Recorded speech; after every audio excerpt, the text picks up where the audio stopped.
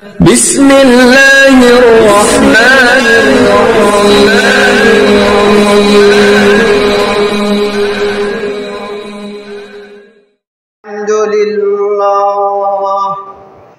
الحمد لله نحمده ونستعينه ونستغفره ونؤمن به ونتوكل عليه ونعوذ بالله من شرور أنفسنا ومن سيئات أعمالنا من يهده الله فلا مضل له ومن يضلله فلا هادي له ونشهد أن لا إله إلا الله وحده لا شريك له ونشهد أن محمدًا عبده ورسوله فإن خير الكلام كلام الله وخير الهدي هدي محمد صلى الله عليه وسلم وشر الأمور محدثاتها وكل محدثة بدعة وكل بدعة ضلالة وكل ضلالة في النار أما بعد فأعوذ بالله من الشيطان الرجيم بسم الله الرحمن الرحيم قاف القرآن المجيد بل عجبوا أن جاءهم منذر منهم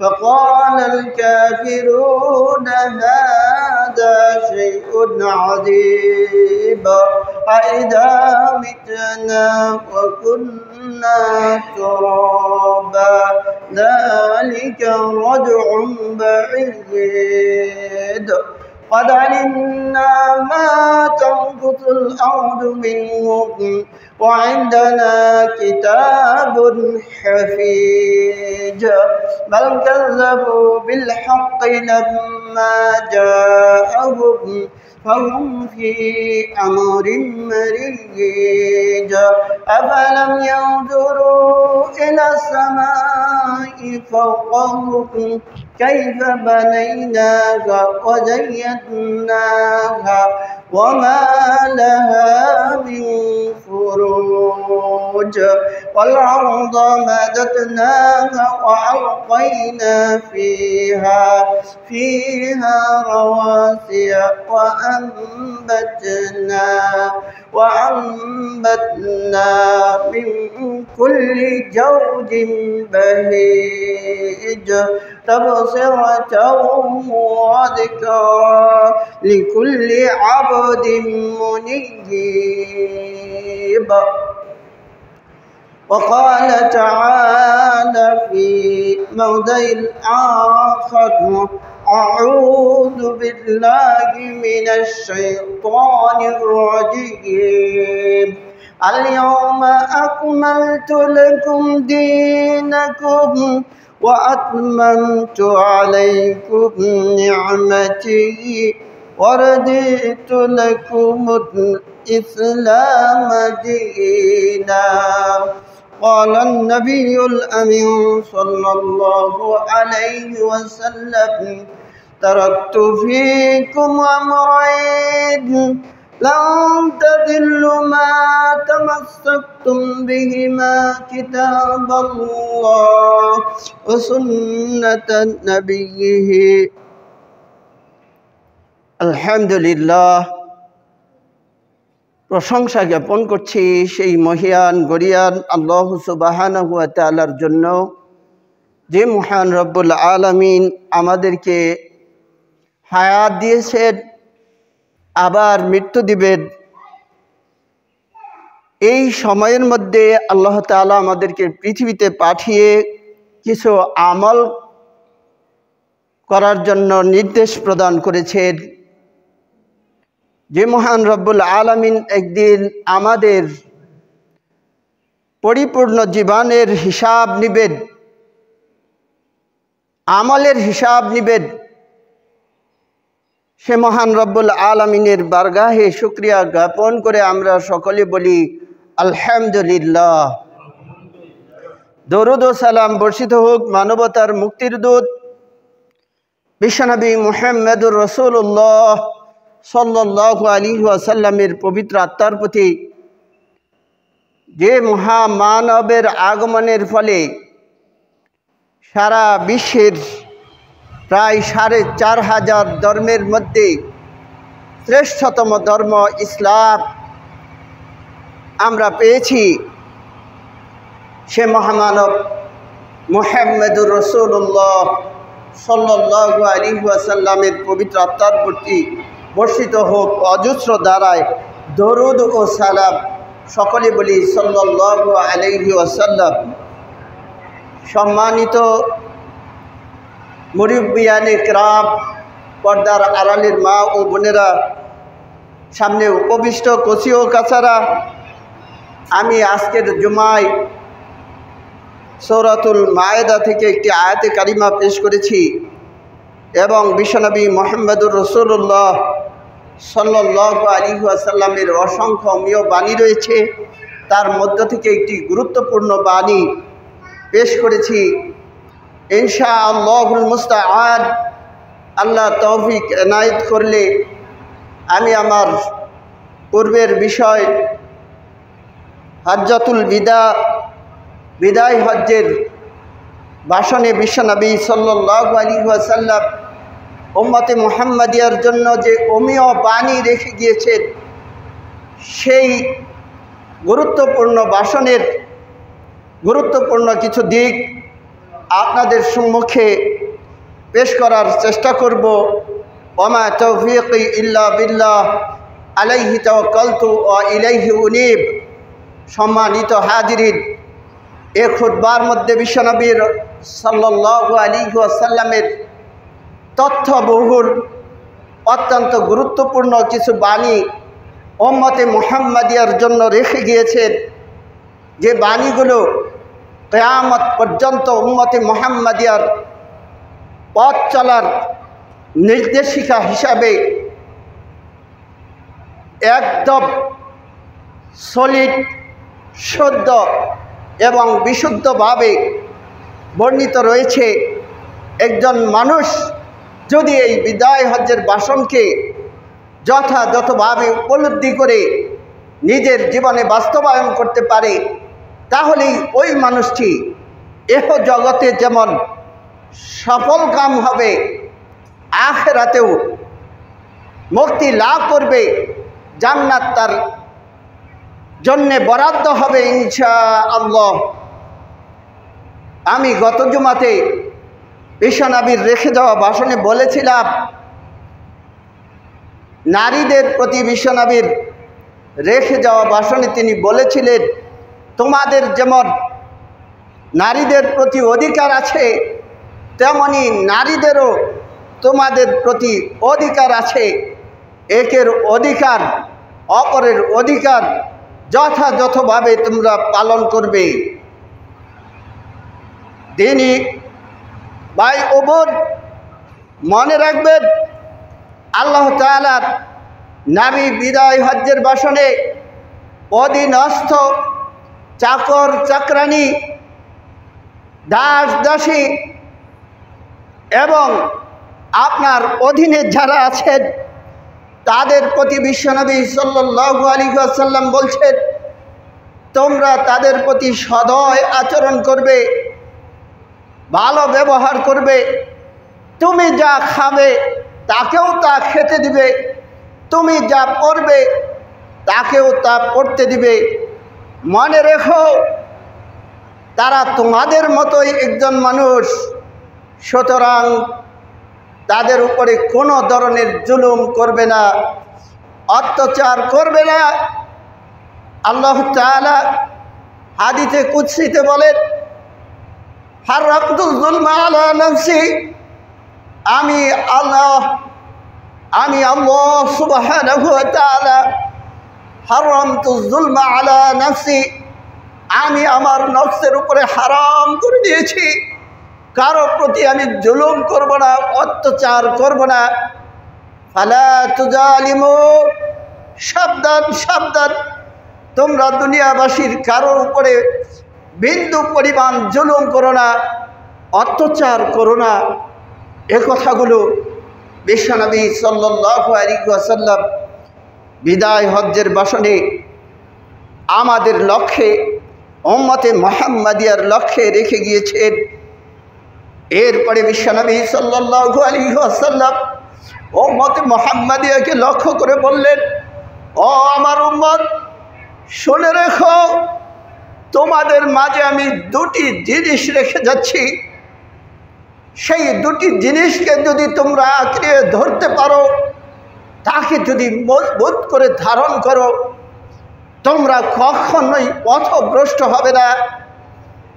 তার ভাষণের মধ্যে এক হাদিসে এভাবে এসেছে, ওয়াকাদ তারাকতু ফীকুম মা লান তাদিল্লু বা'দাহু আন আ'তাসামতুম বিহি কিতাবুল্লাহ। রাসূল বললেন, আমি তোমাদের জন্য এমন এক গ্রন্থ ছেড়ে যাচ্ছি, রেখে যাচ্ছি, এই গ্রন্থটি যতদিন তোমরা আঁকড়ে ধারণ করবে, সাবধান সাবধান, কেউ তোমাদের কোনো দিন পথভ্রষ্ট করতে পারবে না। কোনো দিন তোমাদেরকে পথভ্রষ্ট করতে পারবে না, যদি সেই কিতাব তোমরা ভালো করে অধ্যয়ন করো, নিজের জীবনে সেটাকে বাস্তবায়ন করো, সেই কোরআন বুঝো, অর্থ উপলব্ধি করে নিজের জীবনে যদি তুমি বাস্তবায়ন করতে পারো, মনে রাখো কোনো দিন কেউ তোমাকে পথভ্রষ্ট করতে পারবে না। তা হলো আল্লাহর কিতাব আল কোরআন। অপর হাদিসে এসেছে, বিশ্বনবী সাল্লাল্লাহু আলাইহি ওয়াসাল্লাম বলেন, তারাকতু ফীকুম আমরাইন, আমি তোমাদের মাঝে দুটি বস্তু রেখে যাচ্ছি। তারাকতু ফীকুম আমরাইন লা তাদিল্লু মা তামাসসাকতুম বিহিমা, যতদিন পর্যন্ত এই দুটিকে তোমরা মজবুত করে শক্ত করে ধারণ করবে, ততদিন পর্যন্ত তোমরা পথভ্রষ্ট হবে না। লান তামাসসাকতুম বিহিমা কিতাবাল্লাহ ওয়া সুন্নাত নবিয়্যিহি, আউয়াল এক, কিতাবুল্লাহ, আল্লাহর কিতাব, ওয়াসানি, দ্বিতীয়টি বিশ্বনবী বললেন, ওয়া সুন্নাত নবিয়্যিকুম, তোমাদের নবীর সুন্নাত। তোমরা যদি এই দুটি বস্তুকে মজবুত করে ধারণ করো, কঠিন কালেও তোমরা পথভ্রষ্ট হবে না। এরপরে বিশ্বনবী সাল্লাল্লাহু আলাইহি ওয়াসাল্লাম তার ভাষণের মধ্যে এমন কিছু কথা উল্লেখ করলেন, যে কথাগুলো অত্যন্ত গুরুত্বপূর্ণ কথা, যে ভাষণটি অত্যন্ত মর্মস্পর্শী ভাষণ, যে ভাষণের মধ্যে বিশ্বনবী উল্লেখ করলেন, হে আমার উম্মত, আমার পরে কোনো নবী আসবে না, আসবে না, আসবে না, কিয়ামত পর্যন্ত আমার পরে আর কোনো নবী নেই। মনে রেখো, আমার উম্মতের পরে আর কোনো উম্মতের সম্ভাবনা নেই, আমার পরে আর কোনো উম্মতও নেই, আমার পরে যেমন নবী আসবে না, সুতরাং আমার পরে, আমার উম্মতের পরে আর কোনো উম্মত নেই। বিশ্বনবী তার ভাষণে উল্লেখ করলেন, আইয়ুহান নাস, ও মানুষ সকল, ইন্নাহু লা নাবিয়্যা বা'দি, আমার পরে পৃথিবীতে আর কোনো নবীর আগমন ঘটবে না, আমার পরে পৃথিবীতে আর কোন নবীর আগমন হবে না। ওয়ালা উম্মাতুন বা'দাকুম, মনে রেখো আমার এই উম্মতের পরে, তোমাদের পরে আর কোনো নতুন জাতির আর কোনো উম্মত আর পৃথিবীতে আসবে না। আলা, রাসূল বললেন সাবধান সাবধান। ফা'বুদু রাব্বাকুম, কয়েকটি পয়েন্ট রাসূল বলছেন, অন্তত 6 থেকে 7টি পয়েন্ট বললেন। একজন মানব যদি এ কথাগুলো অন্তর দিয়ে, হৃদয় দিয়ে, মন দিয়ে উপলব্ধি করে, সত্যিকার অর্থে সে দুনিয়াতে সফল কাম হবে, আখিরাতেও সফল কাম হবে। আল্লাহ তাআলা বললেন ফা'বুদু, আল্লাহ তাআলার নবী বললেন ফা'বুদু, তোমরা ইবাদত করো রব্বাকুম, তোমাদের একমাত্র রব, একমাত্র ইলাহ, একমাত্র রিজিক দাতা, একমাত্র হায়াত দাতা, একমাত্র মৃত্যুদাতা, সেই মহান আল্লাহ সুবহানাহু ওয়া তাআলার ইবাদত করো।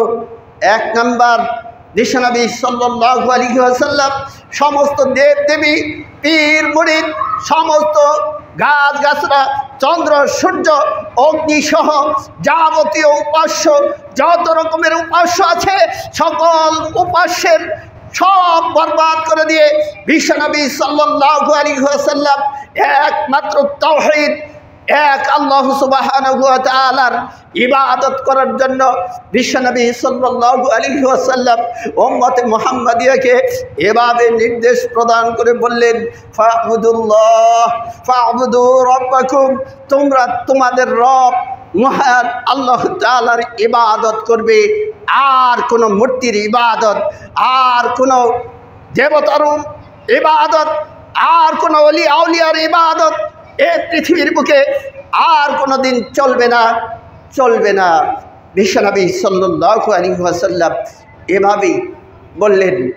2 নাম্বার, ভালো করে মনে রাখবেন, খেয়াল রাখবেন, আল্লাহ তাআলা নবী বললেন ওয়াসাল্লু খামসাকুম, মৃত্যু অবধি পর্যন্ত। এই ছেলে, এই ছেলে,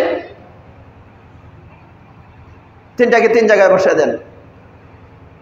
বিশ্বনবী সাল্লাল্লাহু আলাইহি ওয়াসাল্লাম বললেন ওয়াসাল্লু খামসাকুম, তোমরা 5 ওয়াক্ত সালাত যথাযথ হিফাজত করবে মৃত্যু অবধি পর্যন্ত। 7 থেকে ফরজ হয়, 10 থেকে আল্লাহ তাআলা হিসাব দিবেন। মৃত্যু অবধি পর্যন্ত, যতক্ষণ পর্যন্ত হুলকুমে মৃত্যুর ফেরেশতা এসে আঘাত না হানবে ততক্ষণ পর্যন্ত তুমি 5 ওয়াক্ত সালাত যথাযথভাবে আদায় করো। এভাবে বিশ্বনবী সাল্লাল্লাহু আলাইহি ওয়াসাল্লাম উম্মতে মুহাম্মাদিয়াকে নির্দেশ প্রদান করলেন। দিনী ভাইয়ের আমার, ভালো করে শুনে নিন। বিশ্বনবী 3 নম্বর বললেন ওয়াসুমু শাহরাকুম, তোমাদের যারা রমাদান মাস পাবে তারা 1টি মাস পরিপূর্ণ সিয়াম পালন করবে। তোমরা 1 মাস সিয়াম পালন করো। এই নির্দেশ বিশ্বনবী সাল্লাল্লাহু আলাইহি ওয়াসাল্লাম বিদায় হজ্জের ভাষণে রেখে গেলেন।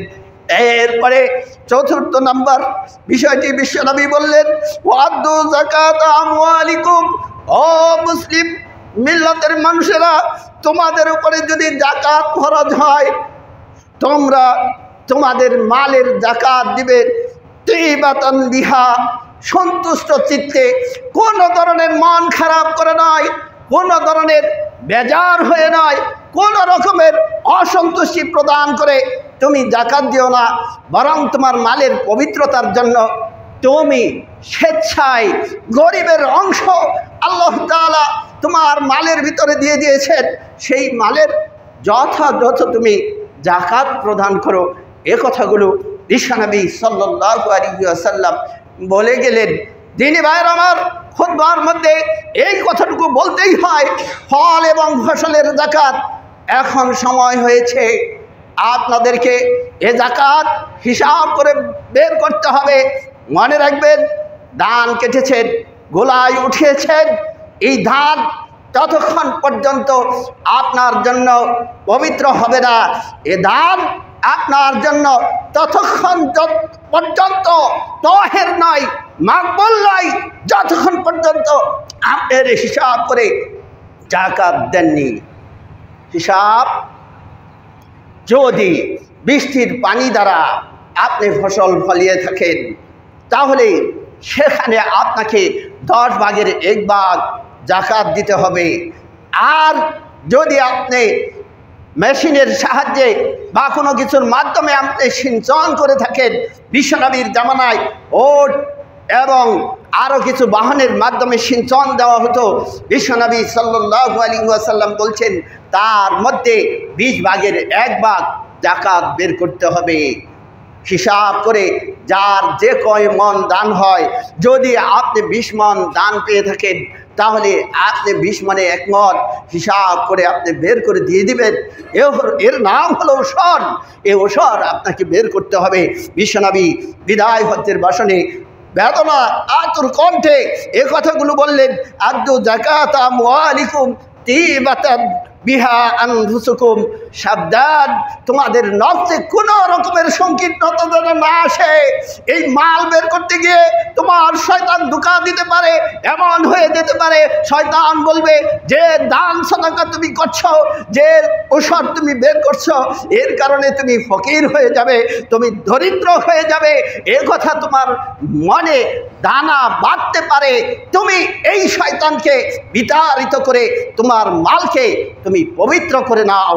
এ কথাগুলো বিশ্বনবী সাল্লাল্লাহু আলাইহি ওয়াসাল্লাম রেখে গেলেন উম্মতে মুহাম্মাদিয়ার জন্যে।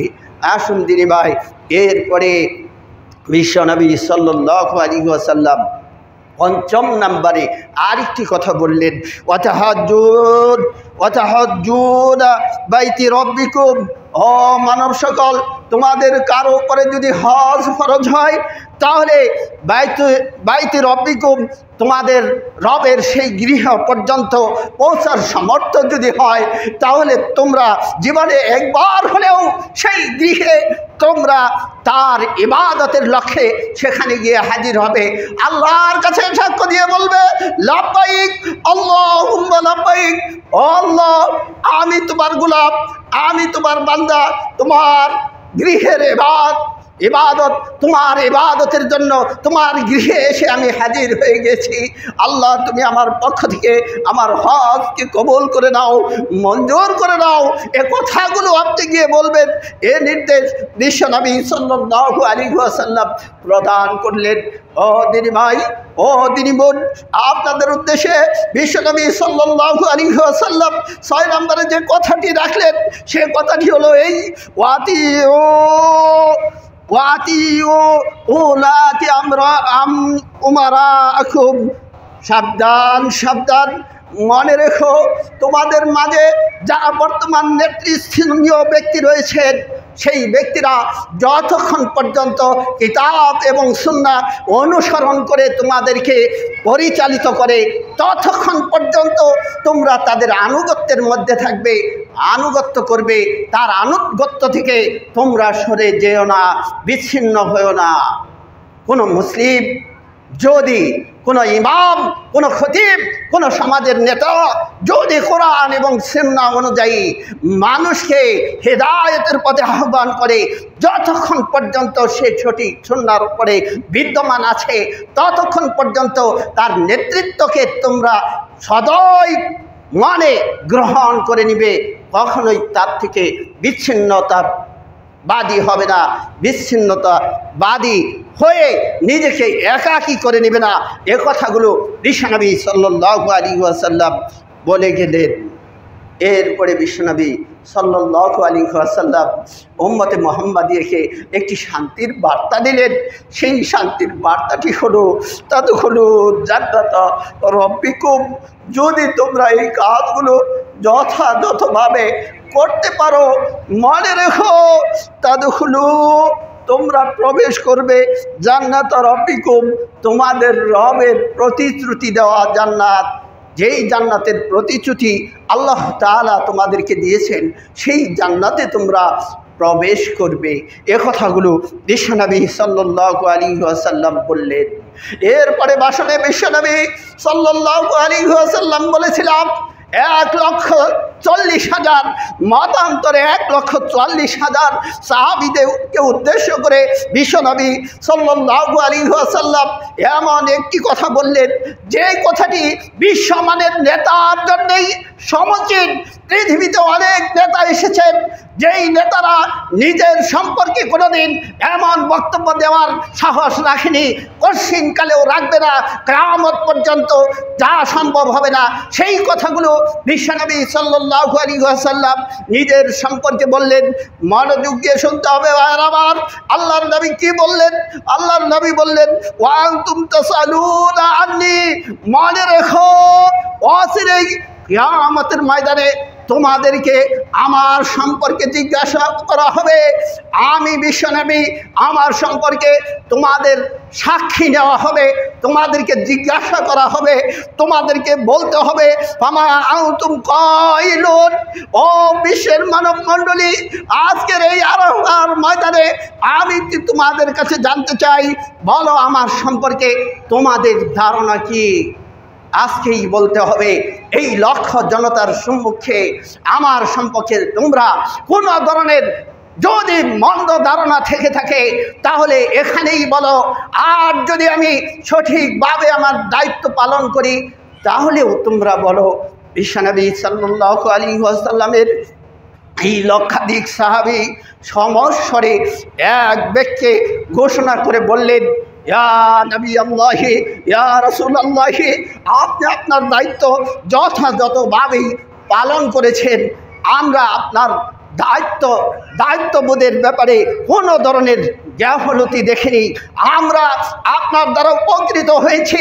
কিয়ামতের দিন এই সাক্ষ্যই আমরা দেব, আপনি আপনার যথাযথ দায়িত্ব আপনি পালন করেছেন। এরপরে বিশ্বনবী সাল্লাল্লাহু আলাইহি ওয়াসাল্লাম শাহাদাত আঙ্গুলিটি আকাশের দিকে উত্তোলন করে বললেন, আল্লাহুম্মা আশহাদু, ও আল্লাহ, এই সমস্ত বান্দাদের সম্মুখে তুমি সাক্ষী, তুমি সাক্ষী। আল্লাহুম্মা আশহাদ, ও আল্লাহ আপনি সাক্ষী।